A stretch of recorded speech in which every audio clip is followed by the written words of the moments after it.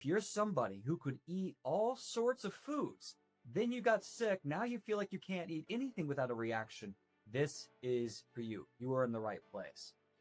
Welcome everybody to today's live training. Today we're going to be talking about some deeper root issues that are driving IBD. A little bit more of what's in depth happening with IBD. And what are those, how are they perpetuating other issues we see, such as SIBO, such as microbiome imbalances, liver issues, arthritis, anxiety, and so forth. So some of these deeper root issues and what we can do about them. So today is a day where we kind of rediscover some of these issues, and we really formulate a plan of attack about, why am I still getting an autoimmune response? Why am I still getting an inflammatory IBD response? And go from there. Okay, let's jump in here. 3 root issues driving IBD that we commonly see that are hidden, rarely talked about, and drivers of chronic inflammation beyond a diet. How many of us get to a point where we go, I've been on a strict diet, I've done the paleo, I've gone gluten-free, I've even done the fruitarian diet, I've gone carnivore, and I'm still sick? Maybe it's helped, but I still have an autoimmune reaction. Maybe I've tried to reduce stress and meditate, do breath work, and eat right, and even take a few supplements like a probiotic or a vitamin D, but I still feel sick. I still have this inflammation driving in my body. I don't know what else to do. It's extremely common for us to see IBD clients who've tried many things but still have this autoimmune reaction, and we feel lost. We don't know where to go.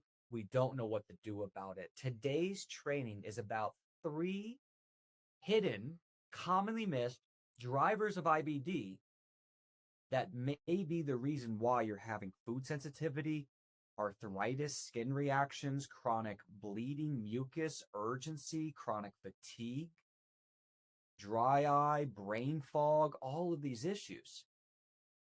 Because many of us, our body can no longer support these drivers. So the body becomes overreactive, incapable of staying in balance. And we stay in that rhythm of, oh, it's got to be the food. Maybe it's the lectin. And yes, lectins could be an issue. Maybe it's the gluten. Yes, it could be an issue. Glyphosate could be an issue. Yes. But is it the true driver? And if you're somebody who could eat all sorts of foods, then you got sick, now you feel like you can't eat anything without a reaction, this is for you. You are in the right place. Because many times this is a telltale sign of an underlying inflammatory driver beyond the food, where we're losing capability of digestion, of gut health, of microbiome diversity, of liver health. Clue into what we're talking about today. And so we become more incapable of breaking down broccoli or carrot or rice or potato or even fruit until we feel like we're on 6 or 7 or 8 foods only. That's all we feel like we can eat. Why? What are these drivers? Well, first, the number one driver, not number 1 out of 3, all 3 of them are equally as important. But the number one driver that we see is called endotoxemia, also known as metabolic endotoxemia. And what is this endotoxemia? Driving IBD response, driving inflammation, driving many of the symptoms we just talked about, or even driving histamine issues like mast cell activation syndrome. Driving eczema could be also something, psoriasis, bloating, gas, right? Undigested food in the stool. Endotoxemia is this hidden problem that's not getting enough light in our world of all autoimmune. If you are someone who's chronically sick, even without IBD, inflammatory bowel disease, endotoxemia is very commonly one of these root inflammatory drivers. What is endotoxemia? It is where your body becomes over toxic with endotoxins and you lose the ability to relieve these toxins from your body. Endotoxins, also known as lipopolysaccharides, are extremely inflammatory. They cause antibody reactions throughout the body. They could be related to neurological issues, immune issues, autoimmune issues, any type of organ, you name it, issues, mesenteric tissue issues, joint pain, cartilage issues. When your body becomes overwhelmed with these LPS, lipopolysaccharides, or endotoxins, you start to have this driving inflammation behind it. And commonly when you have endotoxin, guess what you get? You get GI issues. You get bloat, you get gas, you get brain fog, you get belching, gastritis, you get diarrhea, urgency, maybe pain, and you get inflammation. The doctor's going, whoa, you've got an inflamed colon. And I'm going, well, hey, do we look at what's going on with endotoxemia? Side note, there's one test that will give you an idea of your reaction to lipopolysaccharides. It's called the Wheat Tumor by Vibrant America. They have an LPS in there. Another one that can tell you if you're dealing with a lot of endotoxins could be zonulin. Now that you can find that in a blood. So wheat tumor is a blood analysis. It also has a zonulin test for how much zonulin protein your body makes it when you have leaky gut, damaged gut lining. That's also found in the wheat tumor. Or you could also check in a gut zoomer or a GI map, quantitative PCR stool analysis. We can do that here at the show program for you all around the world. Dubai, Canada, America, you name it. One of the benefits. And that's another telltale sign is a weakened, leaky gut. What do you think is driving leaky gut? If you're someone who's been gluten-free, you've gotten rid of the glyphosate, you've gotten rid of the seed oils, you know, you've gotten really clean with your nutrition, you still have high zonulin, that could be a telltale sign that you're dealing with endotoxemia, the inability to release the toxins. Now, why is this such an issue? Because when you have microbiome issues, when you have overgrowth, these endotoxins are being released by the millions every single day in your body. It's like a gas, right? It's just constantly coming off, right? Those bacteria in the gut or fungi are basically growing and dying every single day and releasing those endotoxins of the body.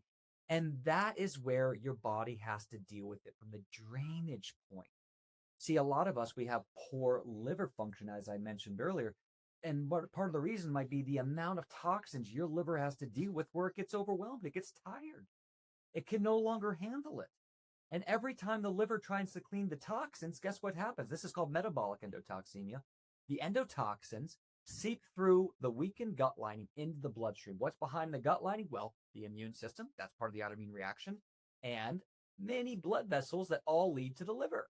The liver and kidneys, and the lymphatic system, three of our drainage systems, natural drainage systems, they have to now deal with those endotoxins. And the liver will grab those endotoxins, put them in bile, dump them back into the stomach, into the duodenum. But guess what happens when you have endotoxemia? Those toxins no longer can go through the gut lining and be pooped out. Due to this vicious cycle, they get reabsorbed back into the bloodstream. So what the liver just dumped, the liver has to deal with again, plus the excess endotoxins still continuing to come in. And then you've got the bad food you can no longer tolerate, you're getting a reaction to. The sugars, the emulsifiers that are continuing to damage the gut lining, the glyphosate continuing to act as an antibiotic, destroying the microbiome, that also goes into your bloodstream. Your liver has to deal with the glyphosate and the alcohol.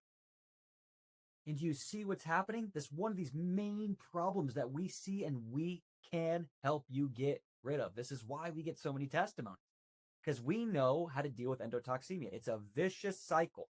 A lot of times when we go on a strict diet, it can help calm down that endotoxemia because we're fasting in a way, right? All that fruit or just carnivore or just elemental. And we're helping to clean the body out because we're taking some of the pressure off. And sometimes the body can catch itself. That's one of the reasons when a diet for 4 to 6 or 8 months can help. Why do you think it takes so long for the diet to work? The gut's some of the fastest healing tissue in the human body. So why do we have to be on these diets for 8 months or a year for them to really be truly effective? Endotoxin. So this is a driver of the inflammation. And this is where I hope you're getting that aha moment that if you're dealing with endotoxemia, if you're dealing with microbiome issues, you're dealing with systemic toxins and ILPS, you can eat clean, great, but it's not going to guarantee that that inflammatory drivers are going to be properly mopped up and clean. All right. So that's one of the number one drivers we need to fix. And if you need help with that, you can schedule your free session below. All right. Completely free 1 hour session to deep dive.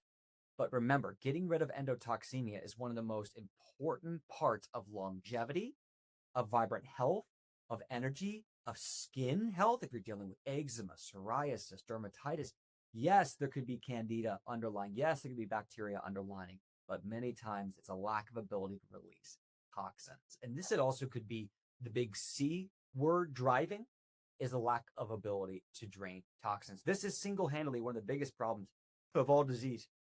I don't care what disease you're dealing with. Endotoxins, lipopolysaccharides. Okay. You know who does a good one on the discussion on this is Dr. Tom O'Brien. Type in Dr. Tom O'Brien, lipopolysaccharide. He'll give you a whole breakdown of this issue. Okay. Number two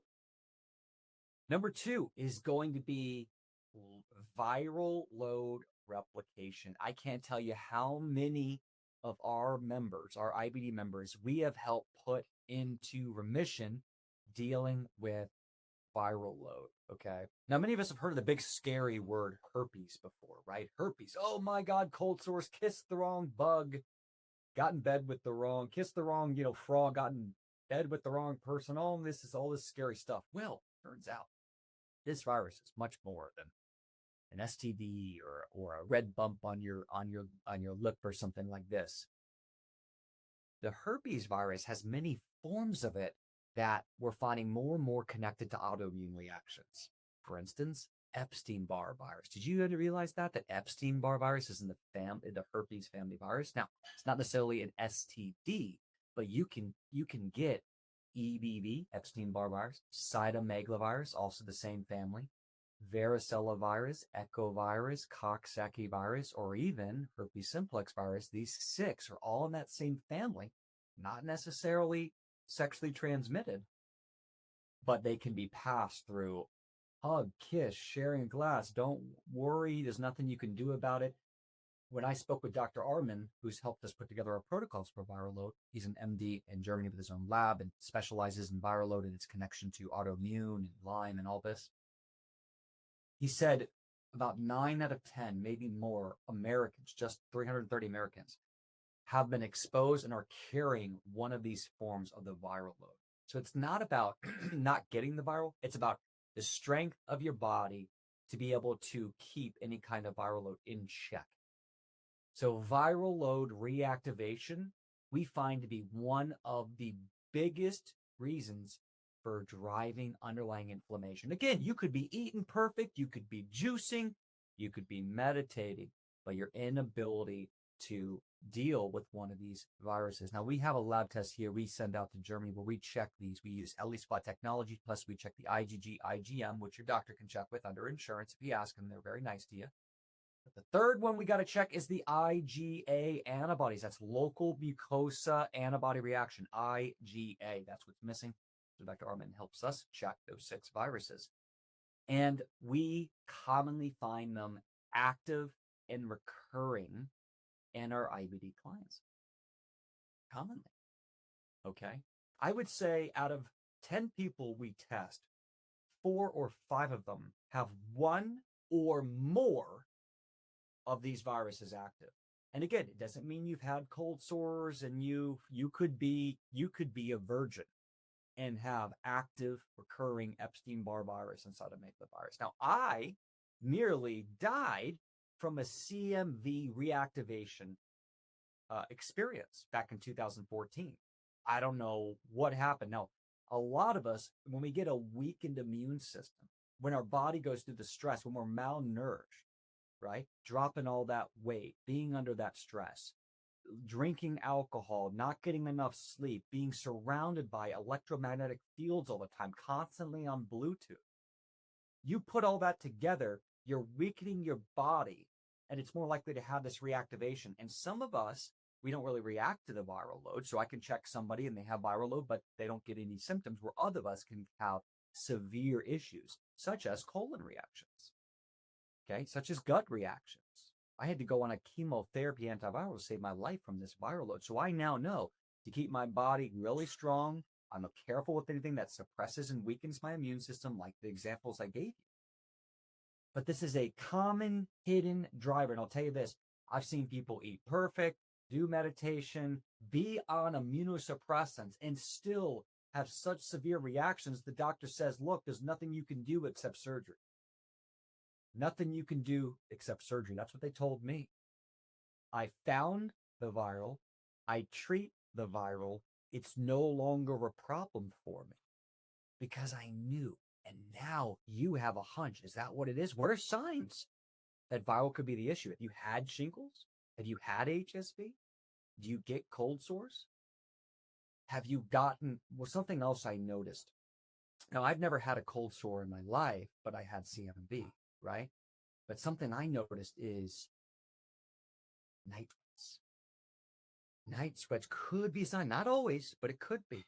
Night sweats, a severely overactive colon. See, these are called enteroviruses as well, where they can inflame and react in the colon. We've even had some clients get their doctor to help them stain for the virus in a colonoscopy. When it's properly stained for, you have a higher chance of finding it. And when we treated his CMV, his next colonoscopy, he had CMV, other people had different types of viral load. When we treated it, guess what his next colonoscopy showed? Perfect, no ulcerative colitis. Doctor couldn't even find it. Doctor was amazed.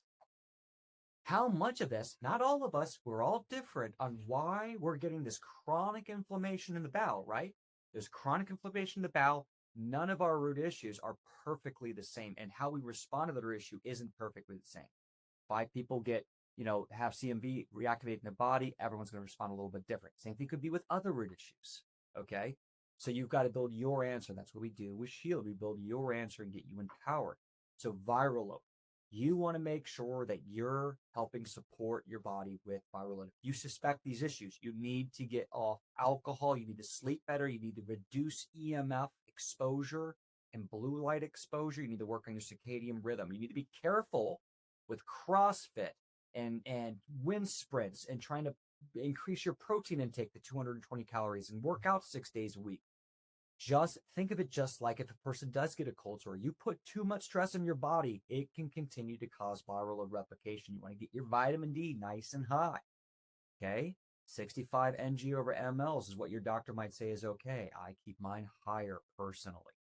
I might use natural mushrooms and vitamin C, and I might use a little lysine and monolaurin. There's a whole plan you can use for that. So watch out for viral load replication and know that when you put too much stress in your body, if you're someone who gets really bad colon reactions, when you get stressed and you're putting forward with this, we need to build you a viral load protocol to look at that. Now, there's even a potential deeper issue, number 3, big one, that can be driving the reactivation of the virus. Why is it? Here's a big question. Why is it some of us, like myself, have dealt with reactivated viral load? When I, like, for my wedding example, so the last time I had a nasty CMV reactivation was on my wedding. I'm working 78 hours a week building CCL. I've worked my tail off for over a decade to get this company where it is, can bootstrap the whole thing. I was getting married. We already had a child together, so we had to deal with our 2-year-old at the time. And what we were, what was going to happen with that, it rained on our wedding. So I'm getting rained on. I decide to drink alcohol because it's my wedding. I'm up till 1 a.m, dancing in the rain, drinking alcohol. I'm coming off 80 hours of work just so I could take 7 days off. I worked that hard. And then the next morning I leave at 11. So I slept 3 hours, alcohol. I take a 14-hour flight during COVID to Dubai. Okay, boom. I start getting viral load replication. I send my blood work to I sent to Germany, Dr. Armin, boom. Got large amounts of reactivated CMV, treat it, goes away, all good again. But that, I learned a valuable lesson. You've got to watch your stress if you believe viral load is an issue. You've got to watch what you put on yourself. And that's true for all of us. But if you have a nasty reaction to viruses, particularly, it could put you in a hospital. You do not know what you're doing, which CMV was the reason I nearly passed away in 2014. One of the big reasons. There were many other things that were driving, but that was one of the big ones. Number 3 of what's driving those. Okay, number 3 that could be a main driver here for you is mold. Mold. Ochratoxin A, Aspergillus, Stachybotrys, black mold. The more we continue to learn about mold, the more we could potentially see that it is a driver of autoimmune reaction. It's causing cellular dysfunction, immune dysfunction, and these toxins called mycotoxins that come off. Imagine like endotoxins. Mold has mycotoxins that are released that are extremely inflammatory, extremely damaging to cellular function, and they're extremely hard to detox. Think of mycotoxins like almost like a form of glue in your body. 2 of the hardest things for your body to eliminate naturally: cigarette smoke, toxins from cigarettes, and toxins from mold. They can stay in your body for years and years. And by the way, these aren't the only 3 main drivers of IBD. There are more, but these are commonly missed. The 4th one, if I'm going to give you a bonus, is parasites. More on that on another time, okay? But mold. For instance, we did a testimony last week with a woman who had been on every diet. She had fast and straight bone broth, ketosis. She had been on so many supplements, taken all these stuff. She could not get rid of the arthritic pains, chronic fatigue, pain, blood, mucus in the gut. And she was getting to a point where she had done so much functional medicine, but she was losing control of her hands, okay, where they were starting to spasm. Right now, about 8 months later, symptom-free, normal inflammation, can eat a broad variety of food, okay? And those other types of random symptoms she was getting are down about 60 to 70%. One of the main things we treated with her is mold. Mold. Now, the problem with mold is it has nothing to do with what you're eating. It could be in your environment, okay? Now, one of our other suspicions is people with underlying mold toxicity. Is it weakening the immune system to allow other drivers to continue to happen, like viral load? Is mold toxicity creating an environment where the immune system is too weakened to protect itself against reactivation of other infection? Okay. And there's a whole theory we could go on parasites, because parasites can harbor mycotoxins in them because they're filled with biofilms and they act as a carrier of all toxins, including mold. So some believe parasites could be actually the main driver, right? Mold, the problem and elusive problem with mold is it's in your environment. It's not what you're eating. It's what you're breathing most of the time. Yes, there can be mold in your coffee. Yes, there could be mold in your raspberries and your fruits and your food. But mold is commonly an issue for your house or your work or your car that you're breathing it in. And as long as you are breathing in these mycotoxins into your system, it doesn't necessarily, it matters, but you will never get rid of the mold toxins through supplement and sauna and all these other therapies to treat it. Now, they can help and you should do them, and we should build you a unique protocol for what you're dealing with mold, but you've got to get out of living in mold. So mold, it acts like a glue in your body, right? It lives at a cellular level. It can stay for years in clogging up your lymphatic system we talked about, your liver we talked about, your kidneys we talked about. And it can drive inflammation. It can drive autoimmune reactions. Now, the evidence around this is still building. And the reason is because there's not a lot of money for this, everyone. Big Pharma is not putting money into testing how big of a problem mold is for disease, or electromagnetic fields are for disease. There's limited resources. So at a certain point, we have to go on what we see, what we know, what the functional labs are teaching us, the before and afters we see, and then we use that evidence where we can find it, when we can find them. We do it together as smartly as we can. But that's one of the problems with testing these molds, is there's just limited research being done on it. There is some, and there's some good more research, especially in the mold community, is really driving that forward. But here's another one of these secret problems, why this is my 3rd driver I really want you to know about. Finding mold is extremely hard. I had 2 people come into my house before I bought my house to look for mold. The owner of the house swore there's no mold in the house, even though we found water damage underneath the master bathroom. There's no mold. I had him cut open the drywall, look in there. No, there's no mold. There's no mold. I had someone come and test, open air testing for mold. No, there's no mold. I go out of my pocket. I go find an accredited person to do in-wall air cavity sampling around my house. Guess what I found? Stachy Botry's black mold, not a little, a lot. Guess where it was? Right above my office. Guess where I am most of the day? Right here. I found large amounts of black mold in my office, and I'm telling you, I didn't feel as good. Now, everything I was doing these last years, I've had no symptoms. I feel great. But getting out of my office, feeling tired, feeling brain foggy, feeling overwhelmed, and that's a stress on my body that my liver, all the support I've done over the years, my liver would still have to deal with that. Okay. And who knows? Is that exposure to black mold driving or increasing my chance of reactivation of viral load? That, again, you could be eating great. You could be having all the fermented foods you want. You could be having all the probiotics. Those help. You should do them. But is there a secret, hidden driver in your life that needs to be dealt with so your body can calm down and go back into balance? Those are three that we commonly see. And if you have one of these three, I invite you, schedule a free session. Let's deep dive on it. Let's build a custom plan, because this is what we do. And we specifically do for IBD. Okay? And we've got to have a strategic, like a chess match, a plan to get you out of these issues, to help balance the body, protect you from these recurring drivers of inflammation. And what you do for each one of them helps the other. Realize the body is like this circle of health. If I work on the endotoxemia, if I work on that viral load, if I work on the mold, it helps all of those get better. It helps in every facet, and it increases longevity. What you do to heal IBD increases the chance of you having a long, fruitful life without any disease.